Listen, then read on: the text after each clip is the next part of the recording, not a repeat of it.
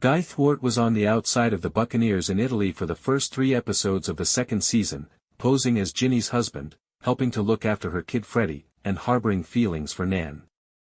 We finally had the opportunity to spend a lot of time with him after 4 episodes, and the Buccaneers benefited greatly from it. Why? Due to the fact that Guy has been consistently written from the first season. Although love has always been Guy's compass, his almost equal urge to conduct morally has frequently dragged him aside. He and I initially met in New York. In order to keep his family from going bankrupt and, in his opinion, to preserve his mother's life, he set out to find a wealthy American bride. He was still a relative stranger when Nan told him of her bastard parentage, but he was believable in his reaction. Nevertheless, he was attracted to her and went back to ask for her hand in marriage, only to discover that his best buddy Theo had already proposed. The limited time he spent with Jean Hopeleigh coincided with Nan's active selection of Theo. Nobody is justifying Guy for breaking into Nan's room the night before she married Theo, but even it was perfectly consistent with his persona. As a young guy, he was in love. Affection. He had already lost almost everything that a man in his social standing might have at the time, including his home and the portrait of his mother, whom he loved. It would have been quite difficult for him to stay in England without the money to live the life he was born into, therefore he was prepared to travel the world. Nan was able to live that kind of life with him because she had an adventurous spirit. Given that they were still young and most likely did not anticipate the day when Guy's meager remaining funds and Nan's stipend would run out, it made sense for these 2 children to believe that they might live their lives as a wonderful adventure. Guy emailed Nan through Lizzie, requesting that she come to him. This was reminiscent of the first season, when he cabled her when she was in New York with Theo, making a passionate but inebriated statement of love. Guy believed that they could just work things out with love. However, months went by without Nan responding, and he had already made his home with Jinny and Freddie.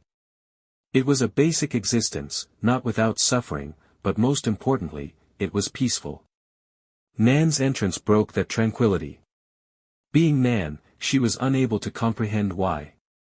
Guy did not quickly embrace her and rekindle their halted, intense love. It was a dramatic high point when Guy called her out for being spoiled, since despite his frustration, it was obvious that he still loved Nan. He still desired her more than anything else. He only needed a few smiles, some wine, and some dancing to forget his suffering and his anxieties and make love to Nan once more. Additionally, Nan changed her mind again in less than 24 hours. I've already pointed out how strange it is that time is passing in the Buccaneers universe, with Conchita's infant appearing hardly older than Jinny's child, but their births had to have occurred at least a year apart. I've also heard some fans make the argument that this is just a case of writers' poor math skills.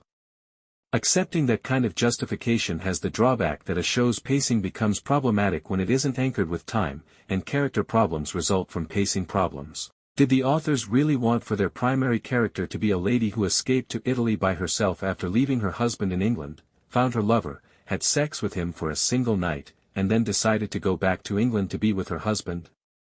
I don't know, but this is how the story ended since the time in the story wasn't put up with enough care.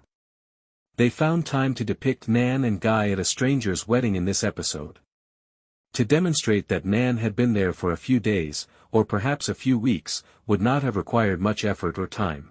When your main character simply tossed off her society marriage for it, the love should be legendary.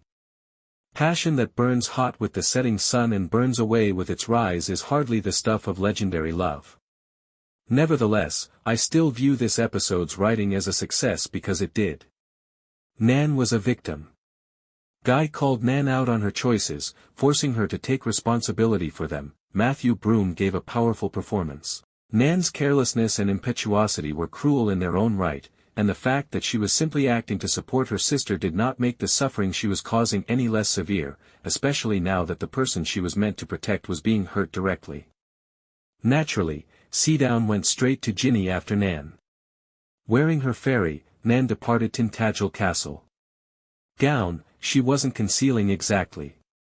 Even though it can be challenging to watch a story concerning abuse, Seadown and Jinny's story has been written effectively by the show thus far. It demonstrated a profound awareness of abuse and the abused when Seadown arrived calmly and gave Jinny the option to visit him at his hotel or not. According to a 2005 survey, the majority of abused women, 66.3%, had at least one separation and returned to their abusive spouses. 97.1% of these women departed and came back several times. It's that hard to get away from Jinny was already having trouble adjusting to life overseas before Nan came. Jinny was accustomed to a comfortable life, complete with a large home, servants, beautiful clothing, and everything she could possibly desire. In addition to caring for her newborn child, life in Italy required her to perform household chores. That was nearly too much for Jinny, but it would have been too much for anyone. She did, however, adjust with Guy's assistance, and the two of them established a supportive life focused on baby Freddie. Nan, who had just returned from her husband's castle, was envious of everything. She believed that Jinny and Guy were living the life that should have been hers. And in spite of everything that had happened to her, being separated from everyone and everything but Guy,